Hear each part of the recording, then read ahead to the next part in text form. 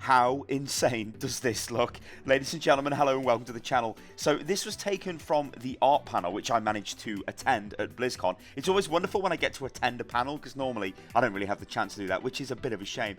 Anyway, this is the art panel, and they were showing off engine improvements to weather effects. Now, this is them pushing this to the absolute limits. This is not what Temple of Anubis is going to look like. This is just weather effects rammed up to the top, and look at that. It looks actually insane. I mean, Temple of Anubis just looks crazy. Look at the way the palm trees move, and just there's like a vortex there. That is some insane stuff, ladies and gentlemen. I can't wait to see more of that, but it's going to be used primarily for the story missions. Okay, so Team USA have just won the World Cup. We've got to give them a shout out. This is massive. They beat Korea and have won the World Cup. Korea actually lost quite a few games this World Cup, which is pretty huge and shows maybe a bit of a power shift. So USA are the world champions. Amazing stuff. And it was incredible. The arena was mental. You guys can probably tell my voice is actually destroyed right now. BlizzCon is a really intensive place for me to go. It's loads of talking.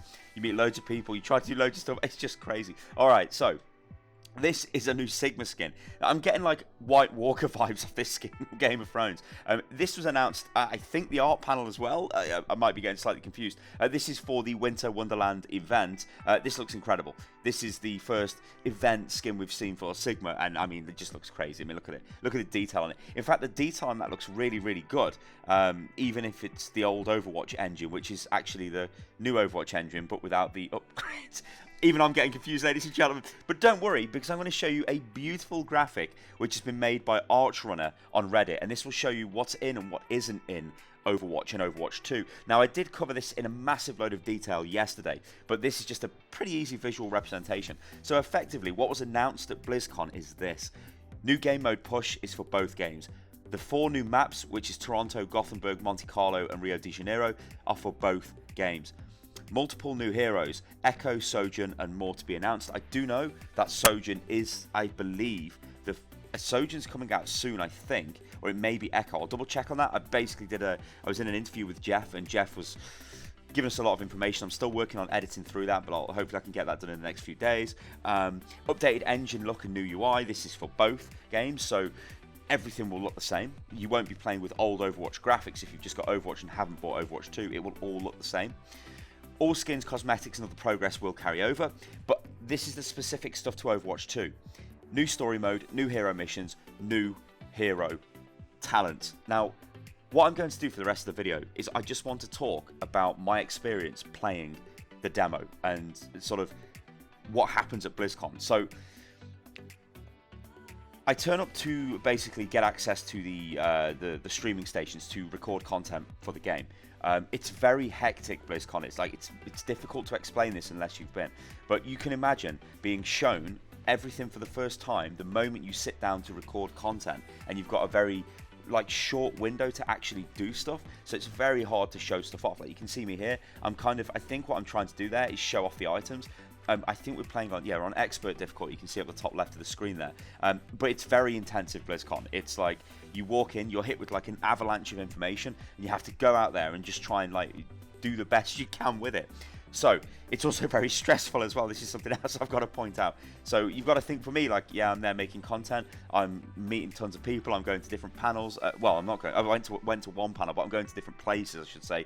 There's the World Cup stuff as well. Just loads of stuff that's going on. So what that can do is make you quite tired. And when you've produced the content, you can look at the content and be like, well, is this good enough? Is this what I really want in Overwatch? You know, what about changes to PvP? What's going on? Blah, blah, blah, blah. But the day after I recorded this content, and to be fair, this content is actually, it's quite good. I don't think I'm being overly negative in these videos. I was enjoying it for what it was. But that was just it. I'm enjoying it for what it was. I'm not actually, there's not a chance here for me to be, I guess, make a typical video I would make where I'd look in detail at this and we'd talk about different aspects of it. It's literally just playing through it and just seeing what happens, which is fine.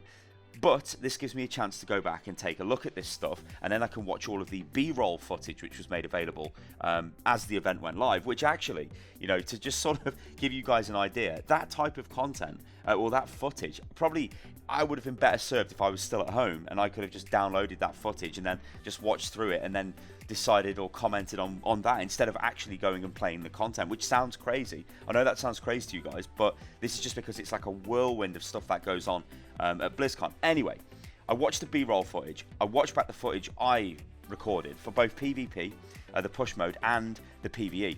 The PvP push mode is fun. I think we're going to get a lot of dynamic games on that. I think what will happen is you'll get teams that will get absolutely rolled because I think you can basically win like 4 fights and the game is over. So if the matchmaker is terrible, you're just going to get rolled and that's the end of that. Or if like one team is just rolling the meta comp or whatever, you know, if one team is much more powerful than the other team, that map will just be over very quickly.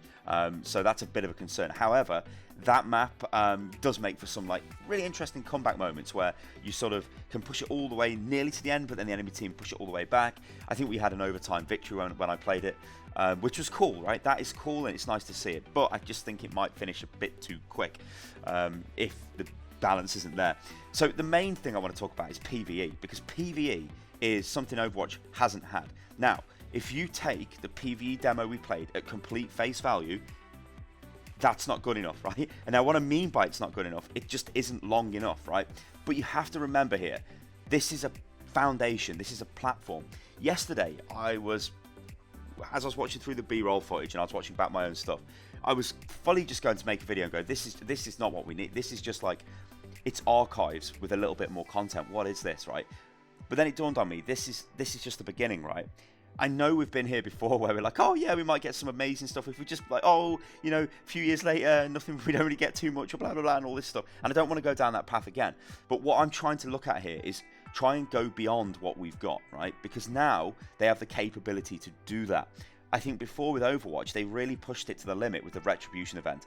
That's why when you look at the Storm Rising event, that was a pretty crap event, I'm not going to lie. I think I'm on record saying that in videos anyway. It was just not great. I think I played through it a few times and I didn't care. Most likely it was because the guys who made the Retribution event were working on this event and working on new stuff for Overwatch 2.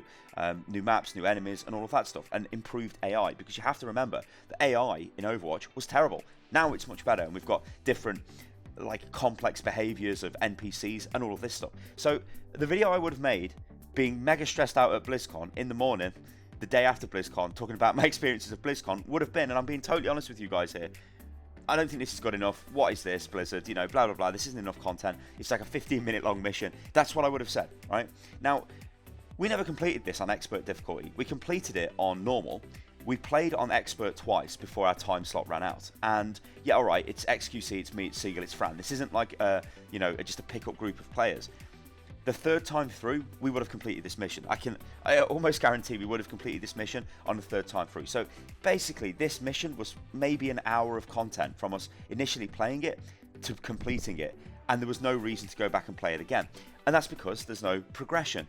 Again, in the interview, which I will break down at some point, guys, but remember, like, I'm only one guy, so it's very difficult to do all of this stuff, like, in one day.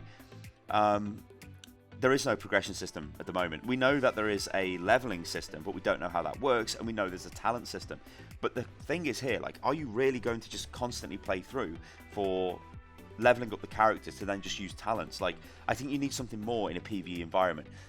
Remember, these are the guys that made World of Warcraft. They should know how to make a system that makes you want to keep coming back, whether it's some sort of character modification system, something like that. And I think that is definitely what this game needs to keep it compelling, because why would you keep playing through it? Now, there are items in this mode, but the items are consumable items, and it's either, you can see one there on the floor, just, it was a like a healing field, like Soldier 76. You get like a Torbjorn turret, you get a Zenyatta debuff grenade, effectively. You can see I'm about to pick it up. I think that's a legendary version, yeah. And a Reinhardt barrier, like spherical, well, not like circular barrier shield, which is really good for like emergency resurrections, or if Reinhardt's barrier breaks, you can deploy another barrier. It's cool. But like, is that enough? I don't know. But the thing is, there could be more. This is the big thing. I did put a tweet out yesterday, and again, this was in the morning after I had like a little bit of a mental reset, and I'm like, well, the thing is, while I played on the show floor, it didn't honestly blow me away. It wasn't like, I think I was more blown away when I played Retribution, honestly. This just felt like Retribution with better graphics and a little bit more stuff, but it wasn't enough to make me lose my mind, you know? I think I said that if I when I watched the opening ceremony in the 0 hour cinematic, I was like, holy hell, are we going to get to play Paris? This is going to be just absolutely incredible. There's going to be like this massive, like, Omnic mecha blasting the city down, and we've got to like blow him up with like some crazy raid.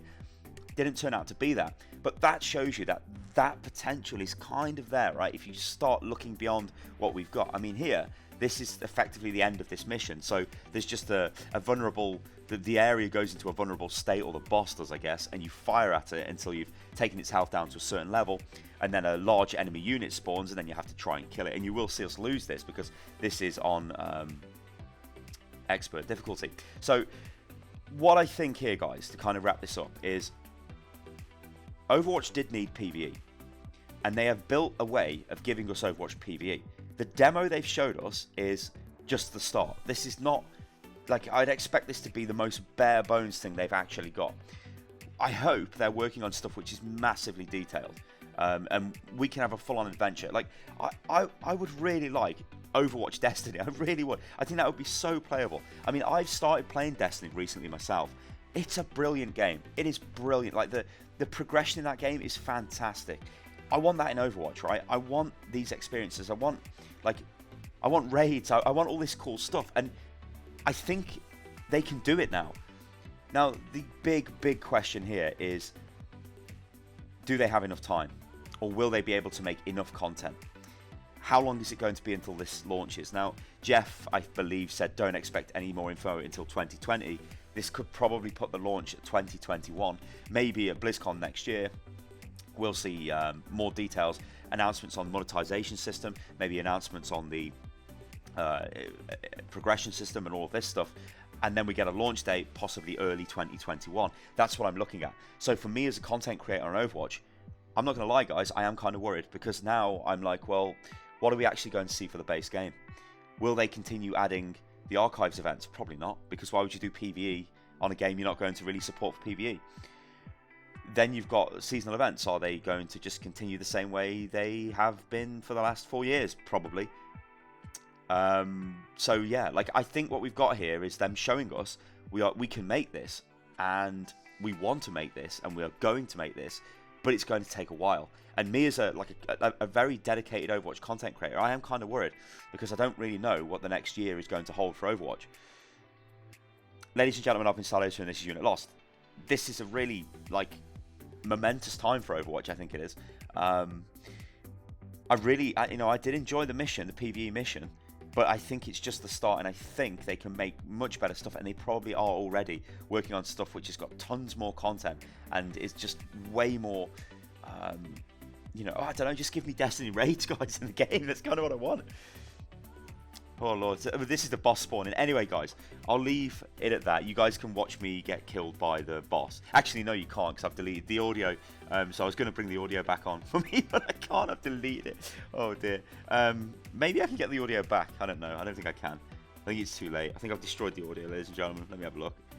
No, I can't get it back. So you can just listen to me talk with my destroyed voice.